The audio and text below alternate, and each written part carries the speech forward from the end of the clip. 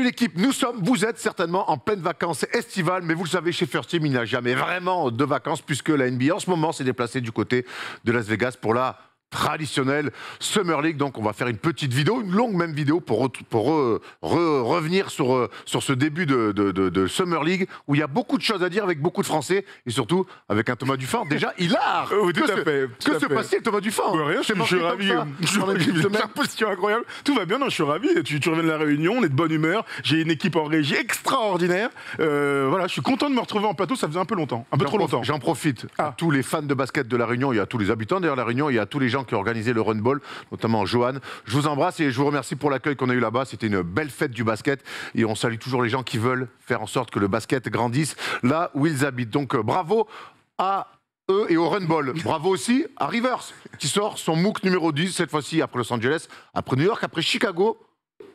Boston, évidemment. Le MOOC numéro 12, on revient évidemment sur toute la longue histoire des Celtics, mais pas que, puisque Boston, Thomas, on l'a vécu, nous, avec Sporus Travel, est une ville de sport avant tout. Ouais, c'est une ville tout à fait particulière. On peut la comparer à aucune de toutes les villes qu'on a visitées. Une ville de sport parce qu'il y a toutes les grandes ligues qui sont représentées, parce que c'est une ville de la gagne aussi. En général, quand tu as une franchise à Boston, tu as gagné des titres. Donc, passionnant MOOC à lire et à découvrir pour ceux qui ne sont jamais allés là-bas.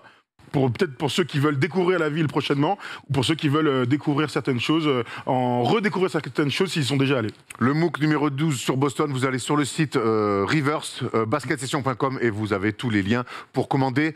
Pour les collectionneurs, dont je fais partie, c'est le numéro 12, j'en ai 12, ça fait magnifique. Hein, on va commencer à les lire par contre, Aaron. Ah, non, je dis, avant de commencer à lire un livre, il faut apprendre à le finir. À lire. Donc, ça marche. Allez, on attaque la Summer League de Vegas, puisque donc on l'a dit, il y a beaucoup de Français qui sont sur les parquets. On va commencer évidemment par le grand Victor, qui a donc fait 2 matchs. Un premier match moyen.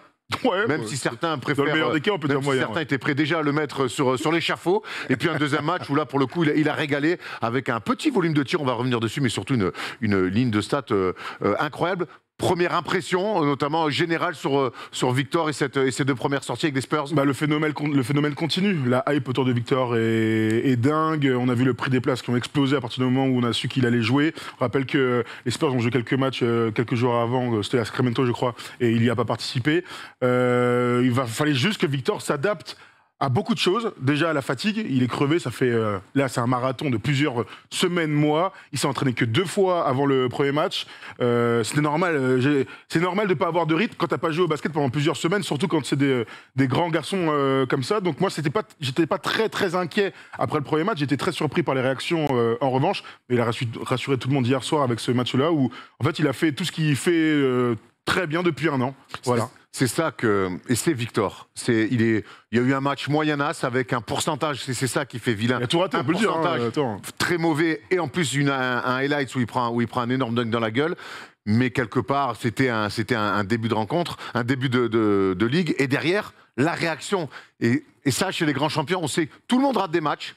Michael Jordan a raté des matchs, LeBron James a raté des matchs. Par contre, la réaction, c'est ce qu'on attendait. Et et encore une fois, il a fermé des bouches. Ouais, mais tous ceux qui ont vu un mauvais match de Victor et en pensant que c'était très négatif, je pense que il faut voir carrément l'inverse. On a vu le plus mauvais Victor possible, entre guillemets. Son niveau plancher, il est déjà très haut. 5 contre, influence de ouf dans le match. L'équipe, d'ailleurs, gagne cette rencontre et il est revenu là-dessus, parce que Victor parle toujours de la gagne, de la victoire, avant de parler de ses performances individuelles. Victoire Wembanyama, d'ailleurs. Victoire Wembanyama, absolument, ce serait un super surnom. Donc, son niveau plancher est déjà vachement haut. Moi, c'est pour ça que je suis sûr que c'est déjà un très bon joueur de NBA, enfin, au moins un bon joueur de NBA. Son impact en défense, son impact une fois qu'il est sur le terrain, et le jour où il sera, donc en octobre, avec des joueurs référencés de NBA, il aura plus d'espace, beaucoup d'attentes bien sûr autour de lui, et il s'est fait châtier, et on sait où est-ce qu'il faut qu'il se renforce, mais il fallait juste qu'il s'adapte. Voilà. C'est le pire Victor qu'on a pu voir, et il a eu un super impact sur le match. Vous voulez quoi de plus? Il y a eu cette déclat après le match 1, j'aimerais qu'on revienne dessus. Franchement, je ne savais pas vraiment ce que je faisais sur le terrain, mais c'est ce que j'ai retenu pour les matchs à venir. Le plus important, c'est d'être prêt pour la saison. Et tu me le disais en préparant cette émission-là, et on a eu un peu cette sensation-là. Alors, on va pas mettre tout sur ses coéquipiers-là. On peut dire qu'en tout cas, il joue pas avec les couteaux les plus aiguisés du tiroir. Non, mais il y a des bons joueurs et des gars qu'on a vus un petit peu en NBA, qu'on reverra en NBA, mais c'est le truc de la Summer League. Voilà, t'as que des gars qui veulent se faire remarquer, entre ceux qui cherchent un contrat et ceux qui veulent gagner des minutes dans la rotation. Et il a dû aussi s'adapter à un truc auquel il n'avait pas trop eu à faire cette saison, c'est le rythme. La Summer League, c'est de la course, de la première attention, de la course. Il a beau être aux Spurs, c'est les mêmes valeurs, les mêmes facteurs que tu vas retrouver sur ses premiers matchs-là. Donc, il n'était pas en canne, on l'a senti. Pour tous ceux qui ont déjà joué au basket, quel que soit le niveau, quand tu reviens de ton été, que même si tu as fait 2 ou 3 semaines de préparation, ton premier match amical, il est toujours difficile. Tu fais les premiers allers-retours, c'est dur de retrouver des sensations. J'ai vu exactement ça de Victor. Il a tenté des trucs qui ne lui ressemblaient pas. Il a tenté des trucs vachement durs par un mec qui est vachement attendu. Donc, voilà, aucune inquiétude sur ce premier match. Et puis, tu as raison de dire que sur le deuxième, par contre, il a rassuré tout le monde parce qu'il a réussi à mettre des tirs hyper difficiles. Il a réussi à être très efficace, toujours des deux côtés du terrain.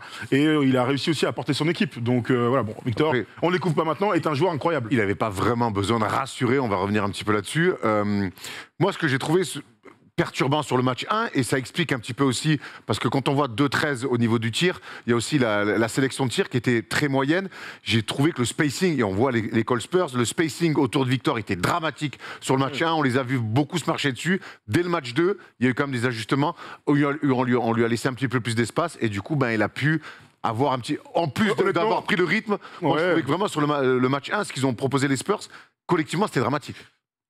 Je sais pas, je suis pas sûr que ce soit vraiment un truc collectif. Hein. Pour moi, c'est vraiment la performance d'un mec, donc la sienne. Il était juste pas prêt à jouer un match de basket avec du rythme. Voilà, c'est tout. Et 2 jours plus tard, il s'est reposé.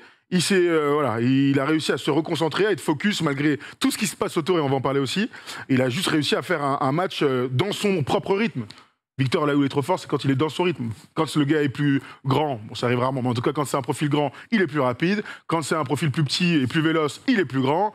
Voilà, il a juste réussi à être dans les positions dans lesquelles il aime et puis à mettre des filoches. Son premier tir à mi-distance, enfin un pick and pop, tu vois, bien amené, il le met et il lance son match. Après, il met ce tir entre les jambes, là, après dribble croisé qu'on a vu tout à l'heure. Alors, tu comprends tout de suite qu'il est dans un bon soir. Alors, donc c'est pas tant, tu connais, c'est la Summer League, à un moment donné, ils sont pas là pour faire des trucs collectifs, ils sont là pour se montrer, les mecs. Oui, enfin un peu de spacing, ça a jamais tué personne. Surtout sur ce match 2, on a retrouvé un peu le Victor des Mets. Ouais, je trouve avec de l'espace, de l'adresse, et puis surtout cette domination au rebond. On l'a vu faire des trucs aussi, c'est courir vite dans l'axe et être récompensé, et mettre on a vu cette domination athlétique et physique aussi. Clairement, tout le monde attendait là-dessus. Il a un flash à un moment dans le deuxième quart, je crois, dont cette action dont tu parles, il contre Ryan Rupert. Il court tout droit, bonne passe de Champagny, hop, il met un tomard et là tout le monde explose parce que les attentes sont incroyables, mais il a tout en lui, voilà, à la fois du rim runner, c'est ce qu'il a fait là, et en plus des trucs déliés. Quand il arrive à être à peu près bien dans ses pompes, ça devient le numéro 1 de la draft et le plus gros prospect de tous les temps, depuis LeBron au moins. Allez. Alors, il y a eu une déclat après le match 1, on l'a vu, il y a eu une déclat après le match 2, où il parle notamment de sa relation avec Greg Popovich, et ça, c'est archi intéressant, puisqu'il a besoin de savoir exactement où il va, il nous donne en plus des infos sur la suite de sa carrière, de sa suite très courte, à court terme. Je dois parler avec Pop, j'ai besoin de m'asseoir avec lui pour savoir à quoi vont ressembler les prochains mois. Je ne vais pas jouer la Coupe du Monde, j'ai 2 à 3 mois de libre, donc ces mois vont changer ma vie et je vais sans doute disparaître des médias pendant 1 mois. Quand on voit l'effervescence qui a été un peu ridicule par moment côté Vegas, est-ce que c'est pas plus mal ?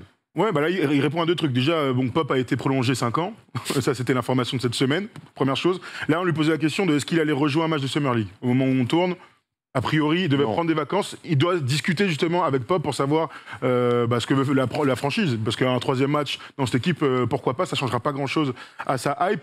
Et il parle du fait que, il faut qu'il coupe. Ça a été tellement difficile à gérer entre les attentes des médias spécialisés, entre les attentes des fans qui est complètement démesuré et l'affaire avec Britney Spears. Il y a quand même un enchaînement de choses qu'il faut arriver à gérer. Victor, pour l'instant, l'a très bien géré. Voilà, on peut parler de l'équipe de France, la Coupe du Monde, mais à un moment donné, ils font leur choix, il fait son choix de carrière. Là, il faut qu'il coupe en 1 mois, qu'il aille en vacances, qu'il se repose, voilà, et puis qu'ensuite, il rebosse sur lui-même. Il a parlé de muscu, il a parlé de jeux individuels. Les 2 ou 3 mois off des joueurs NBA, ça sert à ça, à se renforcer et à devenir un joueur meilleur au début de la saison. Bon, on a parlé du basket sur ces 2 matchs-là, on a parlé de l'après, de la gestion de cette entre Summer League et début du training camp. faut qu'on revienne sur l'effervescence.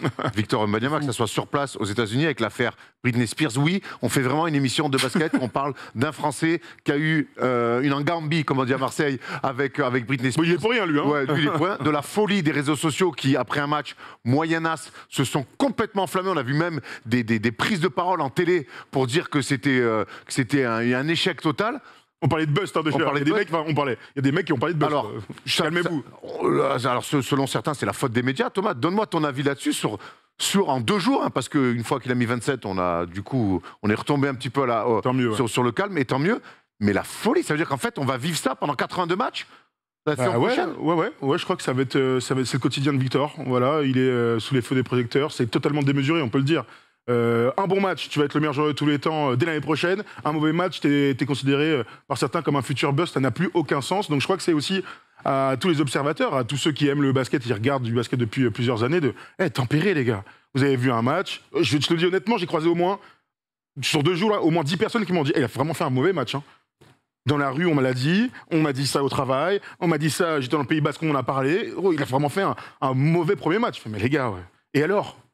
C'est pas grave, il était fatigué, il était pas prêt, il fait un mauvais match. Et je rappelle, c'est un bon signe pour montrer son niveau plancher. Si ça c'est un mauvais match et vu l'impact qu'il a, c'est bon signe sur la suite. Donc il va falloir que Victor vive avec. J'espère que ça va se calmer un petit peu, même si j'y crois pas une seconde. Donc nous, on va continuer de parler de Victor comme il faut, comme un numéro 1 de draft, comme un Français, comme un mec qui est très attendu. On parlera toujours de sa situation sportive avant toute chose. Le truc de Britney, ça n'a aucun sens non plus, mais c'est la preuve que c'est un pays de cinglés. Voilà, faut le dire. Il n'y a aucun autre pays où tu vas depuis 2 semaines aux États-Unis et il y a Britney Spears qui vient t'attraper pour te dire bonjour ou que sais-je et que ton garde du corps lui mette un coup. Enfin, ça n'a aucun sens. Après, moi, c'est un camoulox. Ma théorie sur Britney Spears, c'est qu'il lui met pas un coup parce qu'il veut la toucher, il lui met un coup mérité parce qu'elle porte des bottes blanches. Et ça Qu'est-ce mérite. que t'as contre ça mérite vraiment des. Vous avez tous vu la vidéo, elle est sortie. Franchement, il n'y a rien, il a juste fait ça. Enfin, pas Victor, hein. Son garde du corps, tiens, regarde, super. Ouais, on est vraiment dans l'info. Hein. Merci TMJ de. Tu peux la remettre, s'il te plaît, parce qu'on n'a pas vu. Au cœur de l'info. Tu peux la remettre, s'il te plaît, Tom? Si, c'est celle-là. Non, alors ça, c'est les fans. Oui, parce que du coup, maintenant, il a les fans de Britney Spears, les stans de Britney, comme on les appelle, qui lui parlent tout le temps pour lui dire de s'excuser auprès de Britney. On rappelle qu'il n'a rien fait, hein, Victor. Mais tu vois, souvent, cette année, on disait, ouais, la bulle qui crée et tout, est-ce que c'est pas too much et tout? La preuve que non, il se prépare à ce genre de dinguerie. Il se prépare complètement à ce genre de dinguerie. Et même, souviens-toi dans l'interview, quand il nous disait Twitter, c'est un petit peu la négativité la plus exacerbée qu'on peut trouver au monde. Mais là, clairement, il a raison. Alors, moi, j'ai un conseil à donner. La NBA, il y a de plus en plus de gens qui s'intéressent au basket. Mais les amis, prenez le temps de comprendre ce sport, de comprendre comment ça marche, avant de vous envoyer des grandes théories, c'est la faute des médias, c'est la faute des ci, c'est la faute des ça. S'il vous plaît, vous êtes le bienvenu. Au plus il y aura de gens qui regarderont le basket, et au mieux on se portera, et ça sera parfait pour notre sport. Maintenant... Tout n'est pas à l'instantané, quoi. Prenons un peu de temps de recul. Victor, moi je suis persuadé qu'un jour, il sera MVP de cette ligue, il pourra être, il aura une chance pour être champion NBA, voilà, mais ça va pas se faire en 6 mois. Donc arrêtons. Le but c'est que ce soit le meilleur dans 5 ans. Voilà. Parce qu'on l'a peut-être pas assez dit. Mais voilà. C'est pas qu'il soit rookie de l'année, tout ça c'est bien. On n'arrête pas de le dire. Hein, mais on continuera à le dire. Le but c'est qu'il soit le meilleur de la ligue dans 5 ans. Pas l'année prochaine, pas en Summer League à 10 points, ou même s'il avait encore fait un deuxième match catastrophique, on aurait dit la même chose. Voilà, le mec n'est même pas prêt. Il s'est entraîné 2 fois, le gars. J'ai vraiment des gars qui ont joué au basket et tout, avec moi, qui me disent ah, tu crois vraiment qu'en fait c'est inquiétant? Je dis mais vous êtes un baiser ou quoi? Vous êtes fous en fait. Mais ça rend fou les gens. Ouais, ça rend fou. Beaucoup plus intéressant, c'est qu'il a aussi pu discuter lors d'un open mic, on va appeler ça comme ça, avec un talk, avec Isaiah Thomas et Karim Abdul-Jabbar. Et voilà ce qu'il en est sorti. Il y a eu 2 petites phrases qu'on vous a sorties, notamment celle avec les conseils de Jabbar. C'est tu as des choses à apprendre, mais on voit que tu es un jeune homme intelligent et tu arriveras. La difficulté consiste à apprendre comment contribuer au mieux à l'effort de victoire. Et surtout, ce qui est marrant, c'est que Jabbar, il est revenu sur lui à son époque, comment ça venait, parce que Jabbar était un Victor avant Victor, quelque part. Un mec qui surdominait son sport depuis le lycée. Et là, il s'adresse à Isaiah Thomas. Nous étions trop coachés. C'est tout ce que j'ai à dire. Si j'avais essayé de remonter la balle dans les secondes qui suivantes, j'aurais été assis à côté de l'entraîneur et il m'aurait dit, si tu refais ça, ton erreur va être plein d'échardes jusqu'à que tu fasses ce qu'il faut faire et ce que tu donnes le ballon au meneur de jeu. Donc on revient sur un basket très classique, rebond, outlet au 1, court dans l'axe. Et c'est vrai que Victor nous parlait de ça aussi, de casser les codes. Bah, ça fait écho à ce qu'il nous a dit dans l'interview, t'as raison, c'est... c'est un esprit libre et c'est un joueur qui doit être libre pour aller tester ses limites absolument partout. Pourquoi il est premier de la draft? Pas parce qu'il fait plus de 2,20 m, parce que sur le terrain, il est capable de faire ce que font les petits normalement. Et nous, on a grandi, je pense qu'on est peut-être la dernière génération comme ça, où les grands font des trucs de grands, les petits font des trucs de petits, et on mélange pas tellement. Et donc les petits, on sont sûrs que s'ils avaient été grands, ils auraient été meilleurs que les grands. Et les grands ont toujours rêvé d'être petits, chutés à 3 points. Donc maintenant, l'avantage, c'est qu'il y a beaucoup de polyvalence, et l'école de basket française est une des meilleures au monde pour ça. Justement, on est capable, on voit nos grands. Je pense à Zachary Perrin, qu'on a vu à la Coupe du Monde du 19, est capable de faire beaucoup de choses sur un terrain. Ou Alex Sarr, même, qui tire à 3 points dans le corner en finale contre l'Espagne. Donc c'est une très très bonne chose. Un tir qui aurait dû nous donner le titre. Ah oui, si on peut éviter de... Bravo aux petits, hein, d'ailleurs, pour cette finale. Vous avez fait un truc incroyable, mais les 28 ballons perdus, j'y pense encore très souvent. Ah, donc c'est un super conseil par quelqu'un qui a tout connu, quelqu'un de très intelligent, et qui, je trouve, ces dernières années, est vraiment dans un truc, je vais aider les petits, je vais avoir un bon mot vis-à-vis des plus jeunes. On sait que parfois, avec le Shaq, ça a été plus compliqué. Et Isaiah Thomas, lui, pour le coup, il est toujours hyper positif avec la jeune génération, toujours le bon conseil, toujours le smile, complètement à l'opposé du joueur qu'il était. En tout cas, l'image qu'on avait quand il était joueur. C'est vrai. On l'a la déclat d'Isaiah Thomas? On l'a pas. Bon, en tout cas, mais allez voir ça, en tout cas, sur les... Il donne de la force à Victor, tout simplement. Il donne de la force à Victor, exactement. Il y avait on va parler des autres Français un petit peu, on a fait le tour sur Victor. Oui. Et on verra si c'est son dernier match, voilà. C'est la seule question. On verra. Bon. Mais en tout cas, on va le laisser, si c'est son dernier match, on va le laisser tranquille et on reviendra pour le training camp et pour le début de la vacances, libère-toi, voilà. Joue à la play, frérot. Lui a besoin de vacances, mais les gens qui le suivent ont aussi besoin de vacances parce qu'il y a des gens très tendus. Il y a un Français qui joue avec lui au San Antonio Spurs, c'est Sidi Sissoko, qui lui a montré de belles choses avec toujours un body NBA ready. Ouais, clairement, Sidi Sissoko qui était en Ignite Team l'année dernière, drafté par les Spurs au 2e tour et qui a eu quelques minutes, il sortait du banc. Il a été, je trouve, plutôt bon en fait. Lui, pour le coup, il doit gagner sa place dans la rotation en espérant pouvoir jouer un petit peu l'année prochaine. Il a mis 2 filoches sur ce match-là, il a joué les 2 matchs. Il est bon en défense, il est costaud, il est véloce, il est très polyvalent. On parlait de polyvalence tout à l'heure, capable de remonter la balle et de jouer sur les postes à l'aile. Donc c'est intéressant de le voir lui aussi dans cette équipe, là où il y a beaucoup d'autres joueurs qui ont été bons. Tu vois, je pense à Julian Chopani qui était très bon. Donc Sidi Sissoko a gagné quelques minutes. J'aurais aimé qu'il joue un petit peu plus sur le 2e match. Je vais pas te mentir, parce qu'il y a des gars devant lui qui ont été catastrophiques. Je ne citerai aucun nom. C'est bien dommage. On est là pour ça en général. Mais en tout cas, voilà, on sait que Sidi Sissoko, le but, c'est quand même d'essayer de se frayer une place dans ce roster-là. Et après, on sait qu'une saison NBA, c'est très longue, surtout dans une équipe qui va être en pleine reconstruction. Et si on peut faire partie des premiers maillons autour de la construction de Victor, autant prendre ce qu'il y a à prendre. On va parler d'un Français, c'est notre chouchou de cette saison avec les Mets, notre chouchou de la draft aussi, parce qu'il a été drafté 7e. C'est Bilal Koulibaly qui montre encore une fois en 2 matchs toutes les qualités athlétiques qu'il a, l'opportunisme et la progression de ce joueur semaine après semaine. Ouais, comme il est 7e des Wizards, ils en ont fait pas mal autour de lui. J'ai vu un make-up de lui, il a le micro aux entraînements, etc. Et il est en plein apprentissage d'un nouveau pays et d'un nouvel environnement. Mais Bilal a montré tout ce les bonnes choses qu'on a vues de lui avec les Mets, il le fait. Super en défense, véloce en attaque, des petits paniers comme ça contre Boston, c'était hier soir dans le premier quart-temps. Il a même mis un tir pour clore cette belle victoire face aux Celtics. De toute façon, c'est un Bilal qui joue avec d'autres mecs qui ont la balle, qui doivent se montrer. C'est toujours la même recette. Et j'ai cette impression que dès l'année prochaine, il va pouvoir gagner des minutes et avoir de l'impact. Je ne dis pas qu'il va jouer 30 minutes et qu'il sera titulaire. Ce serait étonnant. Mais tout le monde croit beaucoup en lui à Washington. C'est pour ça qu'ils sont montés de la 8e à la 7e place pour aller le chercher. Et je pense qu'il répond déjà aux attentes des Wizards. Et il a mis un contre phénoménal. Enfin, d'ailleurs 2, un par match, un contre sur la planche incroyable et un autre sur un dunk dans celui-ci, de très haut niveau. Voilà. Bilal Koulibaly qu'on devrait retrouver sur d'autres matchs. Oui, je l'ai vu, t'inquiète. Oh la vache. Voilà. Le second rideau. Il en a mis quelques-uns cette année. On va parler d'autres Français un petit peu pêle-mêle. Ryan Rupert aussi, qui est le 3e drafté cette saison, qui a eu un contrat assuré lui avec les Blazers de 2 saisons, qui a fait ses débuts aussi avec la franchise de l'Oregon. Ouais, il a joué les 2 matchs de Summer League. Ryan, de toute façon, c'est un projet, on le sait, il n'est pas encore NBA ready, bien sûr. Il va falloir qu'il gagne son temps de jeu, mais les Blazers comptent sur lui.